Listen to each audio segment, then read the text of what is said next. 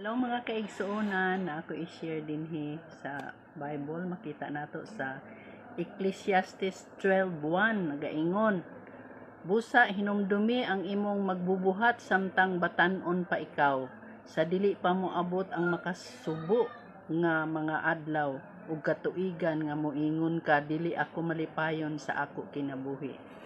O tinuod bitaw kay kining bata pa ta, bisan asa ra man gud ta paingon, buhat ang tag-unsay atong gusto tungod kay bata pa man ta. So dapat di ay to nga mintras bata pa ta hinumduman nato ang Ginoo. Kay ni katigulang na nato kini atong espiritu mangita na sa Ginoo. Pagpangita nato sa Ginoo nya naluya na ta. Tigulang na ta. Munay giingon nga nagugod-ugod na ingon sa Ilonggo. Di unsaon nato pag magmahay ka na lang, muingon na lang ka nga dili ko malipayon sa akong kinabuhi.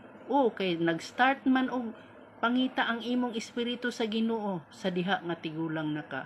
So mintras bata pa ta, kinahanglan pangitaon binato ang atong Ginoo aron dili ta magmahay. Muingon ta nga wa jud ko nalipay sa akong kinabuhi.